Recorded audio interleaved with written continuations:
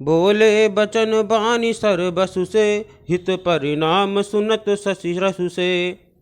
तात भरत तुम धर्म धुरीना, लोक वेद विद प्रेम प्रवीणा।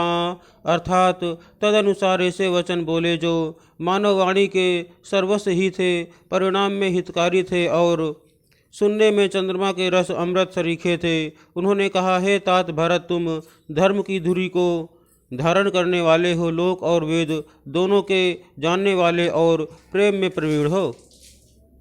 करम बचन मानस विमल, तुम समान तुम तात। गुरु समाज लघु बंधु गुण, कुसमय किमि कही जात। अर्थात हे तात, कर्म से वचन से और मन से निर्मल तुम्हारे समान तुम ही हो। गुरुजनों के समाज में और ऐसे कुसमय में छोटे भाई के गुण किस तरह कहे जा सकते हैं।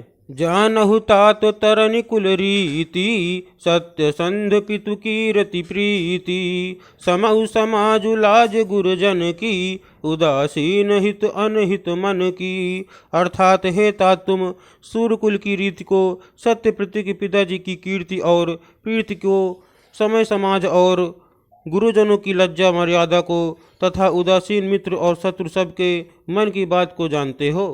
तुम ही विदित सब ही कर करमु, आपन मोर परम हित धर्मु। मोहि सब भांति भरोस तुम्हारा, तदपि कहूँ अवसर अनुसारा। अर्थात तुमको सबके कर्मों कर्तव्यों का और अपने तथा मेरे परम हितकारी धर्म का पता है। यद्यपि मुझे तुम्हारा सब प्रकार से भरोसा है, तथापि मैं समय के अनुसार कुछ कहता हूँ। तात तात बिनु बात हमारी, केवल गुरुकुल कृपा संभारी।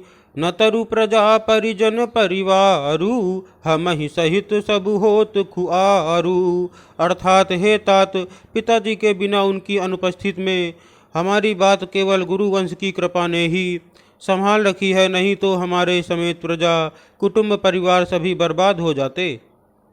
ज्यों बिनु अवसर अथम दिनेषु, जग के ही कहु न होई कलेषु। तस उत्पातु तात विधि कीन्हा, मुनि मिथिलेश राखी सबुलीन्हा।